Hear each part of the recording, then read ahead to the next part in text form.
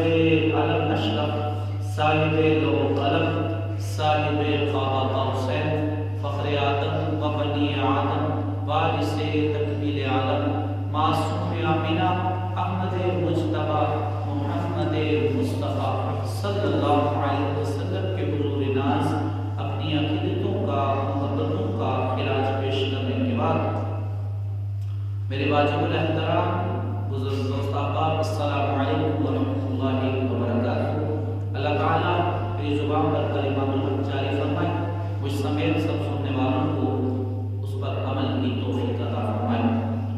اعلیٰ حضرت فرماتے ہیں کس کو دیکھا یہ موسیٰ سے پوچھے کوئی، کس کو دیکھا یہ موسیٰ سے پوچھے کوئی، آنکھ والوں کی ہمت پہ لاکھوں سلام، اور شب اسرا کے دولہ پہ دائم درود، شب اسرا کے دولہ پہ دائم درود، نوشائے بزم جنت پہ لاکھوں سلام، اور بنا آسمان منزل ابن مریم، بنا آسمان منزل ابن مریم، گئے لا مقام تاجدار مدینہ۔ آج کا موضوع حضور کی معراج شریف کے حوالے سے، کیونکہ یہ مبارک مہینہ رجب شریف کا مہینہ ہے اور اس کی 27ویں تاریخ کو تاجدار مدینہ صلی اللہ علیہ وسلم کو اللہ رب العزت نے اپنے خاص خود میں بلا کر معراج جیسا عظیم معجزہ عطا فرمایا، اور آج آقا کریم صلی اللہ علیہ وسلم کے معراج کے حوالے سے لفظ کشائی کرنے کی اللہ نے ہمت و توفیق عطا فرمائی ہے۔ معراج شریف ہمارے سرکار دو عالم کے معجزات میں سے ایک بہت بڑا عظیم معجزہ ہے، اور اس پر ہم سب کا ایمان ہے کہ اللہ رب العزت نے اپنے پیارے حبیب کو یہ معجزہ عطا فرمایا اس لیے کہ اللہ خود فرماتا ہے ان اللہ علی کل شیء قدیر، کہ بے شک اللہ ہی ہر شے پر قادر ہے۔ کہو سبحان اللہ۔ تو ایمان والوں خوب یاد کر لو کہ اللہ رب العزت ہر شے پر قدرت رکھتا ہے، اور جو قدرت رکھتا ہے وہ ہر شے کر سکتا ہے، جیسے چاہے، جس طرح چاہے، جس وقت چاہے، وہ علی کل شیء قدیر کا مالک ہے، جس طرح اس کو پسند ہے ویسا فرما دیتا ہے۔ اب دیکھیں کہ حضرت آدم علیہ السلام کا وجود مسعود بنا ماں باپ کے اللہ تعالیٰ نے پیدا فرمایا حضرت آدم، اس کے بعد حضرت اماں حوا کو بغیر ماں کے پیدا فرما دیا، پھر اس کے بعد حضرت عیسیٰ روح اللہ کو بغیر باپ کے اللہ تعالیٰ نے پیدا فرما دیا۔ تو یہ قرآن پاک فرماتا ہے لِنَجْعَلَكَ آیَاتًا لِلنَّاسِ، کہ یہ سارے امور جتنے بھی ہیں نا، سارے امور یہ اللہ تعالیٰ کی قدرت سے ظاہر ہوتے ہیں۔ کس سے ظاہر ہوتے ہیں؟ اللہ کی قدرت سے ظاہر ہوتے ہیں۔ اللہ تعالیٰ کی جو قدرت ہے نا، قدرت، اس کو آیت کہتے ہیں، نشانی کہتے ہیں۔ کیا کہتے ہیں؟ آیت کہتے ہیں، نشانی کہتے ہیں۔ اور اگر کوئی عمل، توجہ میری جانب، اگر کوئی عمل خلاف نبی سے ظاہر ہو، مطلب خلاف عادت ہو اور وہ نبی سے ظاہر، اس کو معجزہ کہتے ہیں۔ اور جیسے حضرت موسیٰ علیہ السلام کا عصا پھینکا تو اسلحہ بن گیا، سارے سانپوں کو کھا گیا۔ حضرت عیسیٰ وہ کہ جو مردوں پر حکم جاری کرے، مردے زندہ ہو جائیں۔ حضرت عیسیٰ معجزات مندوں پر، کوڑوں کی بیماری میں مبتلا شخص پر برکتوں والا، رحمتوں والا ہاتھ مبارک پھیرے، اللہ تعالیٰ ان کو اس بیماری سے شفا عطا فرما دے۔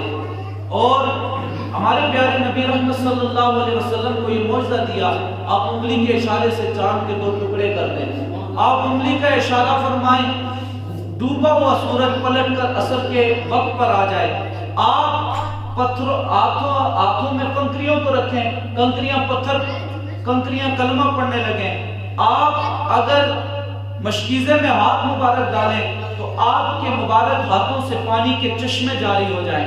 یہ سارے معجزات جو عقل تسلیم نہیں کرتی، نبی سے ظاہر ہو اس کو معجزہ کہتے ہیں۔ جو نبی سے ظاہر ہو اس کو معجزہ کہتے ہیں، اور جو خلاف عادت چیز ہو اور وہ قدرت سے ظاہر ہو تو اس کی اللہ کو اللہ کی آیت کہتے ہیں، اللہ کی نشانی کہتے ہیں۔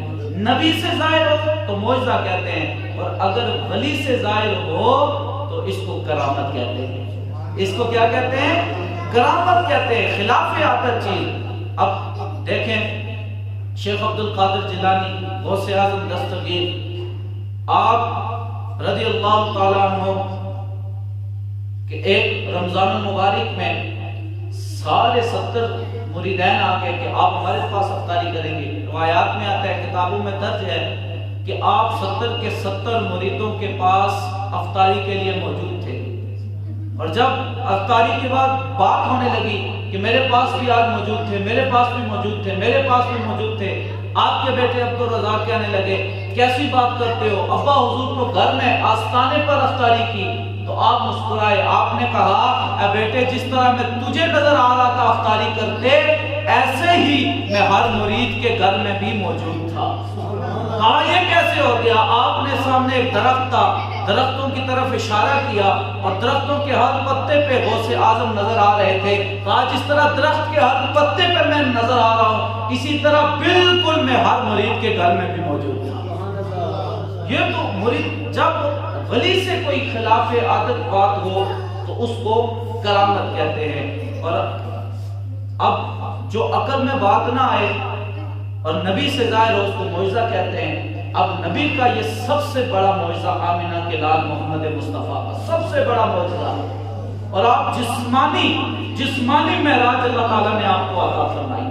آپ جسم کے ساتھ مسجد حرام سے مسجد اقصیٰ تک آپ نے سفر کیا، مسجد اقصیٰ سے آسمانوں کی سیر کی، سدرہ تک گئے اور سدرہ سے لامکان کی سیر کی، اللہ کے قرب میں گئے، اللہ کا دیدار کیا۔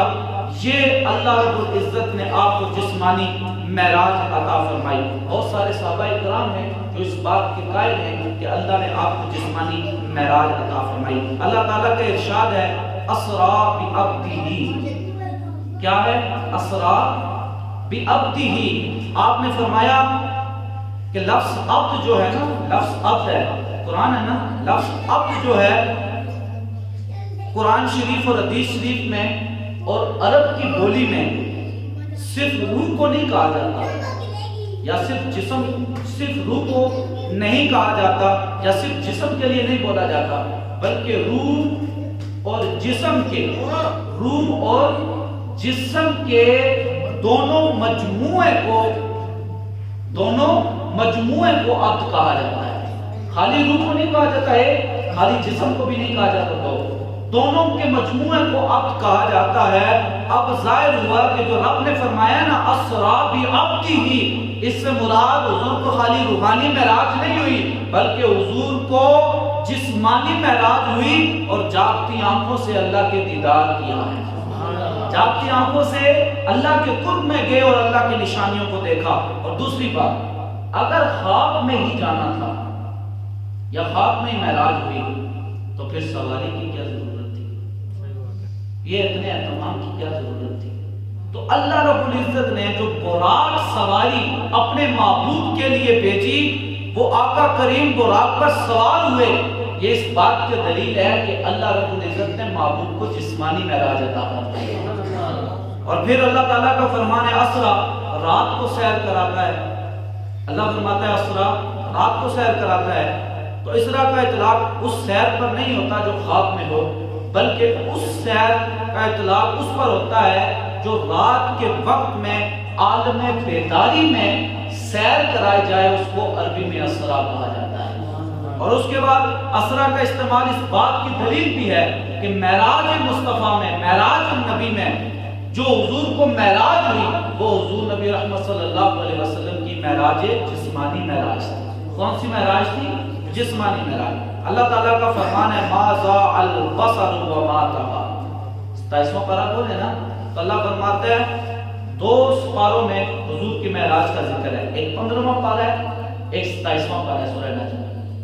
2 پاروں میں حضور کی معراج کا ذکر ہے۔ 27ویں پارے میں رب فرماتا ہے ما ضاع البصر وما طغى، وہ فرماتا ہے بصر کا لفظی جسمانی نگاہ کے لیے بولا جاتا ہے، جو نگاہ اللہ نے یہ عطا فرمائی ہے نا، اس کے لیے بولا جاتا ہے کہ اس سے دیکھا، اب اگر خواب میں ہوتا تو بصر نہ فرماتا بلکہ اور جملہ استعمال ہوتا، لیکن یہ فرمایا نا ما زال بصر وما طغى، تو اس سے مراد بھی یہی دلیل بنتی ہے کہ اللہ نے اپنے حبیب کو جسمانی معراج عطا فرمائی ہے، جسمانی معراج عطا فرمائی۔ معراج شریف ہمارے نبی کا عظیم الشان معجزہ، ہمارے آقا نے جسمانی معراج کا ذکر کیا۔ اگر معراج شریف خواب کی بات ہوتی تو مکہ کے کافر مذاق بناتے، تکذیب کرتے، جھٹلاتے، کہتے خواب میں ہم بھی تو فاں جاگا جاتے ہیں، لیکن اللہ نے اپنے حبیب کو جسمانی معراج عطا فرمائی۔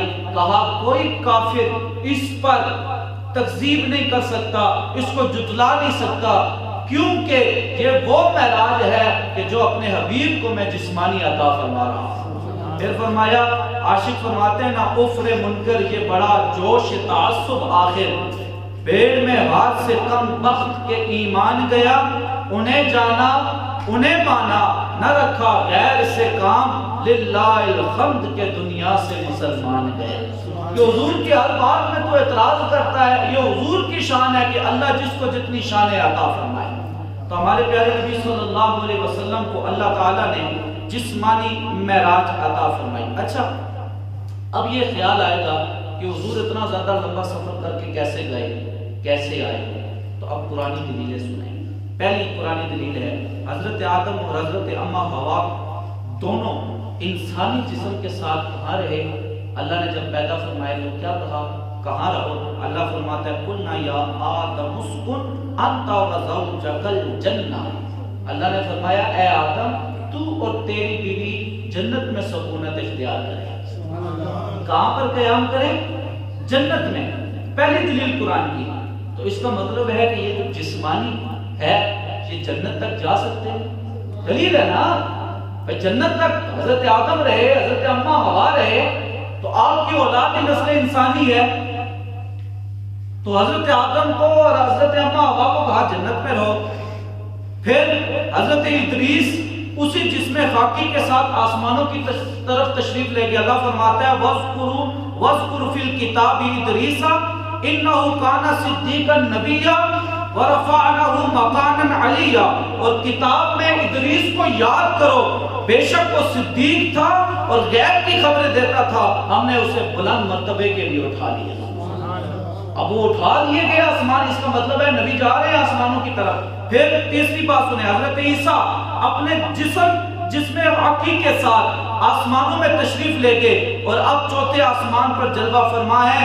اللہ فرماتا ہے وَمَا قَتَلَهُ يَقِينًا بَلْ رَفَعَهُ اللَّهُ إِلَيْهِ وَكَانَ اللَّهُ عَزِيزًا حَكِيمًا، کہ جب تم اس کے قتل کا ارادہ رکھتے تھے اس کو قتل نہیں کیا بلکہ اللہ نے اپنی طرف اس کو اٹھا لیا۔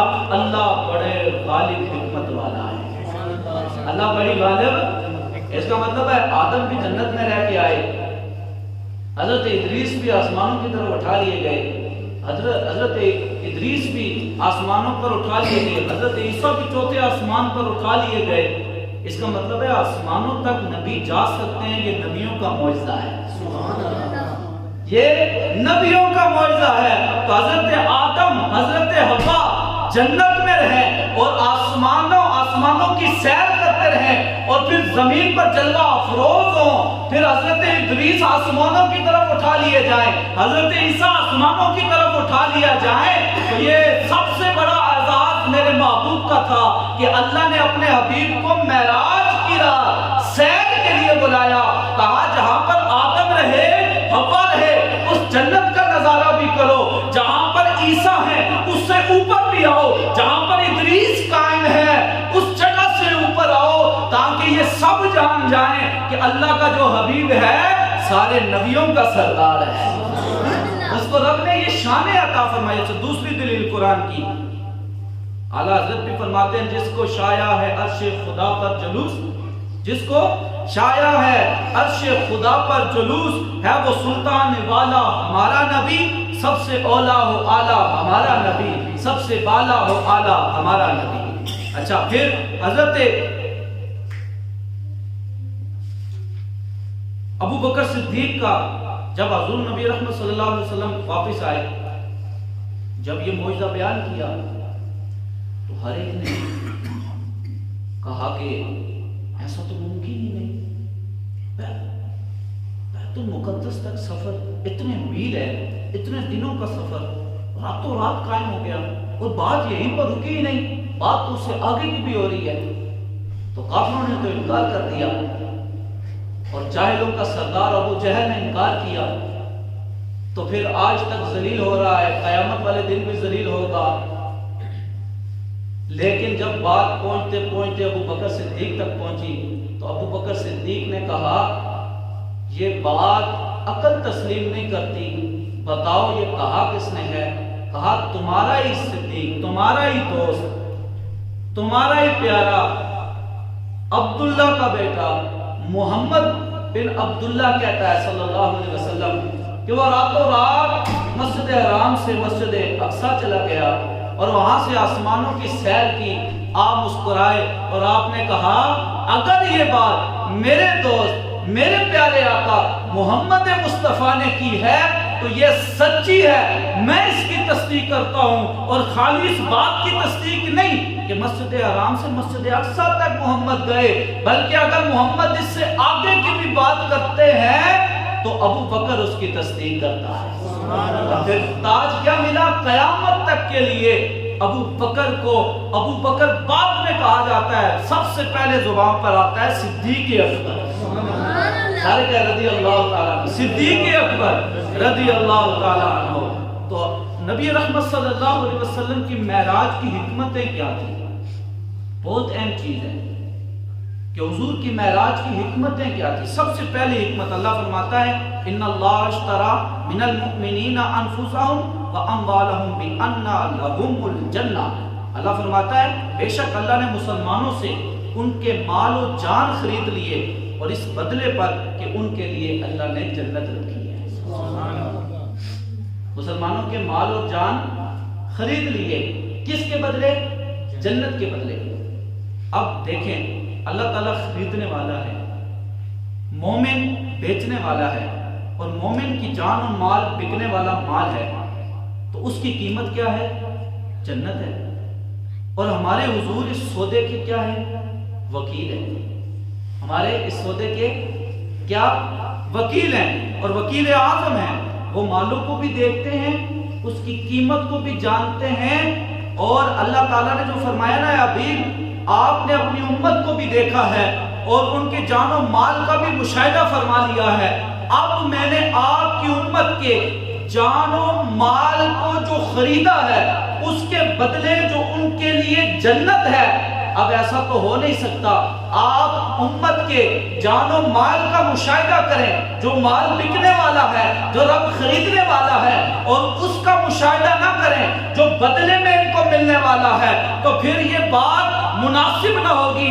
اے حبیب جب امت کے جان و مال کا آپ کو مشاہدہ ہے، پھر امت کے لیے جو اجر ہے اس جنت کا بھی مشاہدہ کر لیجیے. اللہ نے بھی معراج پر بلایا اور کہا حبیب یہ جنت کا نظارہ کیجئے تاکہ آپ کی امت جو اجر ہے امت کا آپ امت کو بتائیں کہ جنت میں یہ حسین مناظر بھی ہیں، یہ جنت میں حسین نظارے بھی ہیں، یہ جنت میں یہ کہکشاں ہے، یہ فضائیں ہیں، یہ فضیلت ہے، یہ عظمت ہے، یہ شان ہے، یہ توقیر ہے، یہ رب کا کرم و فضل ہے. جب جان و مال مومن پیش کریں گے بدلے میں جو جنت آئے گی، محبوب تم اس جنت کے بارے میں اپنے غلاموں کو بتانا، جنت کے بارے میں اپنے غلاموں کو. دوسری حکمت ہمارے نبی رحمت صلی اللہ علیہ وسلم سے پہلے جتنے بھی نبی تھے، جتنے بھی نبی اور رسول آئے، 1,24,000 کم و پیش انبیاء و رسول جتنے بھی آئے، سب نے اللہ کی وحدانیت کی تبلیغ کی اور کہا اشہد ان لا الہ الا اللہ. اس کی تبلیغ کرتے رہے کہ تم گواہی دو کہ اللہ کے سوا کوئی عبادت کے لائق نہیں. آگے ہر نبی کا اپنا کلمہ تھا، گواہی دو اشہد ان لا الہ الا اللہ، اس کی تبلیغ ہو رہی تھی. لیکن کسی نبی نے بھی کسی رسول نے بھی اللہ کو دیکھا نہیں تھا. تبلیغ ہو رہی ہے، توحید کی تبلیغ ہو رہی ہے، لیکن دیکھا کسی نے بھی اللہ کو نہیں. اب شہادت کے لیے وہ جو سنی سنائی گواہی دی جا رہی تھی، آدم سے پوچھا اشہد ان لا الہ کی تبلیغ کر رہے ہو، اللہ کو دیکھا؟ کہا نہیں۔ عیسیٰ روح اللہ، موسیٰ، ادریس، حضرت یونس، حضرت یعقوب، یوسف، حضرت ابراہیم، حضرت اسماعیل، حضرت شعیب، حضرت موسیٰ، کلیم اللہ، جتنے نبیوں سے بھی پوچھو کہ کیا آپ نے اللہ کی جو وحدانیت کی گواہی دے رہے اللہ کو دیکھا؟ ہر ایک نبی کا یہی قرار کہ ہم نے اللہ کو دیکھا نہیں، سنا۔ اللہ وحدہ لا شریک ذات ہے، یقین اور ایمان ہے اور اس کی تبلیغ کر رہے ہیں۔ اب گواہی پکی کرنے کے لیے، شہادت کو پکا کرنے کے لیے عدالت میں بھی جو موقع پر موجود ہوتا ہے اس کی گواہی کو نظر انداز نہیں کیا جا سکتا۔ اس کی گواہی اوروں کی گواہی سے، ہاں میں نے بھی باتیں دیکھا، میں نے بھی سنتے دیکھا، میں نے بھی بولتے دیکھا، یہ ساری گواہیاں ہو جائیں گی، لیکن ایک گواہی جو اس پلڑے کو باری کر دے گی وہ یہ کہ میں اپنی آنکھوں سے دیکھ رہا تھا، یہ موقع پر یہ بات ہوئی، اس کو جج ٹال نہیں سکتا، رد نہیں کر سکتا۔ اب وقت تھا کہ ایک نبی ایسا آئے، ایک رسول ایسا آئے، ایک حبیب ایسا آئے، ایک اللہ کا خاص قرب والا ایسا محبوب ہو کہ سارے نبی اشہد ان لا الہ الا اللہ کی گواہی پر اور الا اللہ کی تبلیغ کر رہے ہیں۔ وہ ایک ایسا حبیب آئے کہ جس کے بعد نبوت کو ختم کر دیا جائے، رسول کو ختم کر دیا جائے، رسالت کو ختم کر دیا جائے اور مور لگا دی جائے، اس لیے کہ اس کے بعد فیصلہ ہو جائے، اس کے بعد نبی نے نہیں آنا۔ کیوں؟ اس لیے کہ ہر نبی آیا تو اشہد ان لا الہ الا اللہ کی تبلیغ کر رہے ہیں، لیکن سنا ہے اللہ وحدہ لا شریک ایک ذات ہے۔ جب حبیب کی باری آئی کہا اے محبوب تم اور نبیوں کی طرح تبلیغ نہیں کرو گے کہ ہم نے سنا ہے کہ اللہ ایک ہے، ہم نے جبریل سے سنا ہے کہ اللہ ایک ہے، غیب سے آواز آئی ہے کہ اللہ ایک ہے۔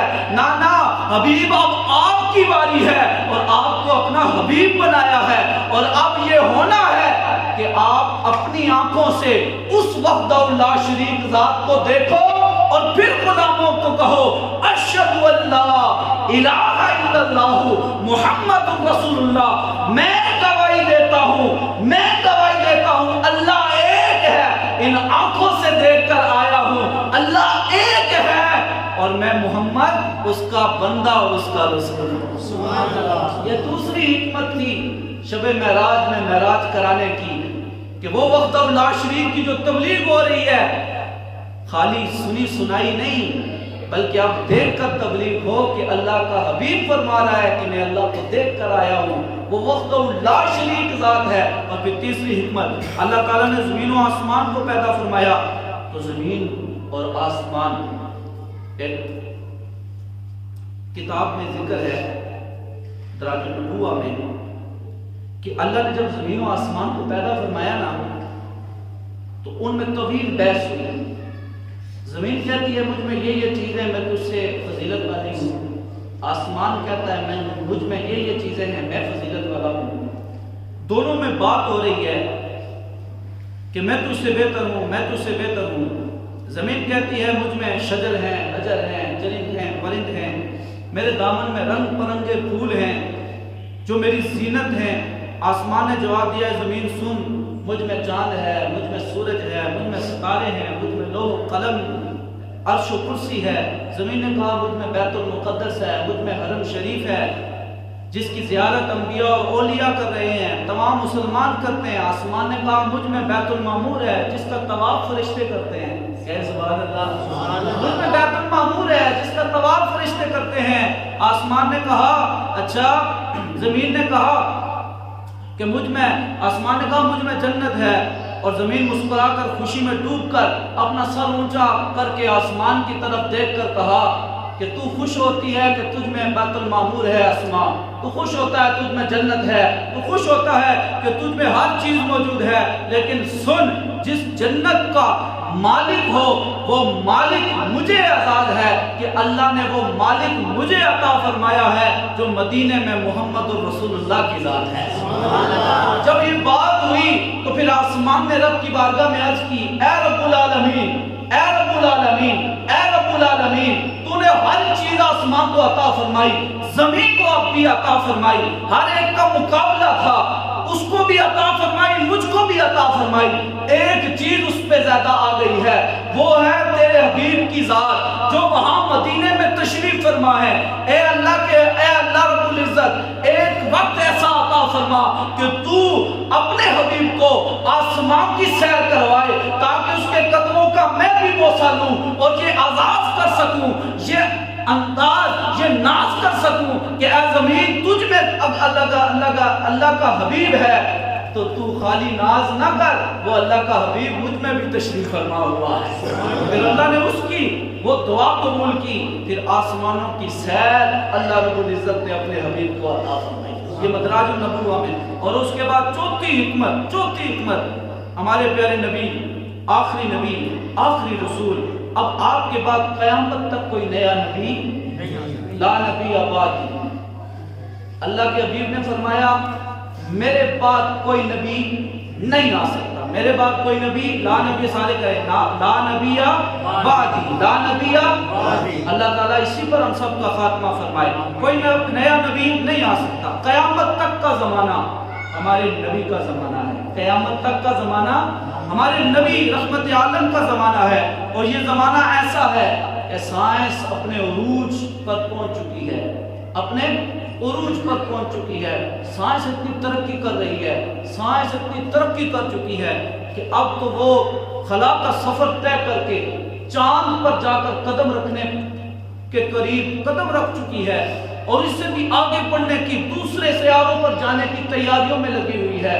سائنس اتنی ترقی کر رہی ہے، میرے رب کے علم میں تھا ایک وقت آئے گا کہ یہ میرے بندے بڑی ترقی کریں گے، چاند تک پہنچ جائیں گے، چاند پر قدم رکھیں گے اور دیگر سیاروں تک پہنچنے کی کوشش کریں گے، سفر کریں گے خلا کا، لیکن وہ ایک حکمت جو ہمیشہ ان کو تعجب میں ڈالے رکھے گی، وہ حکمت، وہ تعجب کیا ہوگا؟ جب بھی وہ 15واں پارہ پڑھیں گے، سبحان الذی اسرا بعبدہ لیلا من المسجد الحرام الی المسجد الاقصی، جب بھی قرآن پڑھیں گے اور قرآن پڑھ کر مسلمانوں کا جب یہ مشاہدہ کریں گے تو سارے سائنسدانوں کی عقل دنگ رہ جائے گی کہ ایک وقت ایسا بھی آیا تھا، نہ کوئی لباس تھا، نہ کوئی اور پروٹوکول تھا، نہ کوئی اور تیاری تھی، اللہ کا حبیب حرم شریف سے چلتا ہے، مسجد اقصی جاتا ہے، مسجد اقصی سے آسمانوں کی سیر کر رہا ہے، اور آج سائنس ترقی کر کے کہتی ہے ہم چاند پر قدم رکھ کر بہت بڑا کام کر چکے۔ اللہ کے حبیب نے، اللہ نے اپنے حبیب کو 1400 سال پہلے آسمانوں کی سیر کرائی، کہا محبوب آنے والی دنیا ترقی کر کر چاند تک پہنچے گی، ہم نے چاند کو تیرا غلام اس لیے بنا دیا کہ تو انگلی کا اشارہ کرے چاند کے 2 ٹکڑے ہو جائیں، تو سورج کو اشارہ کرے مغرب سے پلٹ کر عصر کے مقام پر آ جائے، تیری انگلی کا ایک اشارہ چاند کے 2 ٹکڑے کر دے، تیری انگلی کا ایک اشارہ ڈوبا ہوا سورج پلٹا کر واپس عصر کے مقام پر لے آئے۔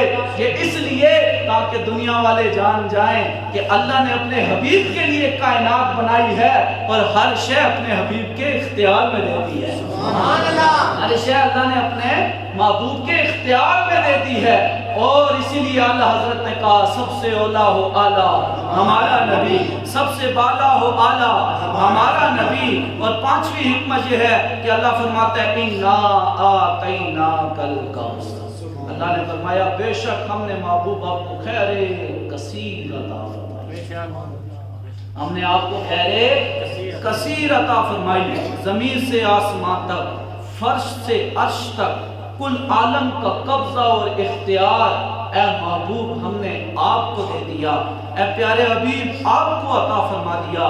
یہی وجہ ہے کہ جنت کے دروازے پر، جنت کے پتے پتے پر، جنت کی ڈالی ڈالی پر لکھا ہے لا الہ الا اللہ محمد رسول اللہ۔ جس کا قبضہ ہوتا ہے نام اسی کا بولا جاتا ہے.